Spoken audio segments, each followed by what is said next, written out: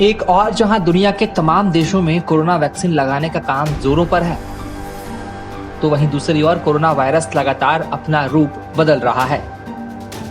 कोविड-19 के लगातार बदलते रूप से एक्सपर्ट्स भी हैरान हैं। एक्सपर्ट्स की माने तो सामने आए कोरोना के 3 नए रूप आने वाले दिनों में तबाही मचा सकते हैं।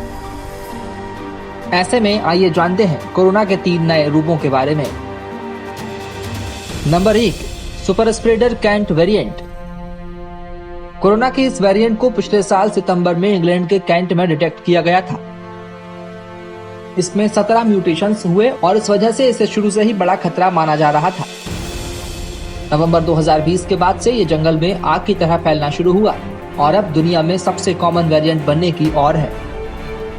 ये वेरिएंट सुपर स्प्रेडर है और जो म्यूटेशन इसके लिए जिम्मेदार है, वैज्ञानिकों के मुताबिक म्यूटेशन की वजह से ये पिछले D614G वेरिएंट से 50% ज्यादा संक्रामक हो गया है। ये दुनिया के कम से कम 50 देशों में पाया जा चुका है। ये मरीजों की मौत की संभावना को 30% बढ़ा देता है। नंबर 2, ब्राजील वाला वेरिएंट। ब्राजील में 2 वेरिएंट जिन्हें P1 और P2 कहा जा रहा है और जांच के दायरे में है। इनमें से P1 जो कि B11248 भी है, खास टेंशन दे रहा है।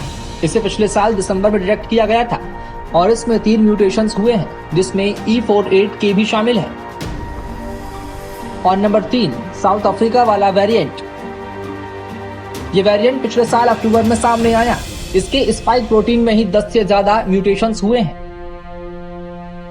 आज की तारीख में दक्षिण अफ्रीका में होने वाले 80% इन्फेक्शंस इसी की देन है और ये कम से कम 32 देशों में फैल चुके हैं। ये कैंट वेरिएंट जितना ही संक्रामक है, मगर इसमें एक E484K म्यूटेशंस भी है जो इसे बेहद खतरनाक बनाता है। इस म्यूटेशंस की वजह से ये वायरस पिछले इन्फेक्शन से हुई इम्यूनिटी को बेकार कर देता है और वैक्सीन के असर को भी कम कर देता है। हालांकि अब तक किसी भी वैक्सीन को पूरी तरह बेअसर नहीं पाया गया। भले ही असर कम हो, लेकिन वैक्सीन से गंभीर बीमारियों और मौतों को रोकने में मदद मिलती है। मौजूदा वैक्सीन कुछ समय के लिए प्रभावी रहेंगे क्योंकि वो वायरस के एक से ज्यादा हिस्सों को टारगेट करने के लिए बने हैं।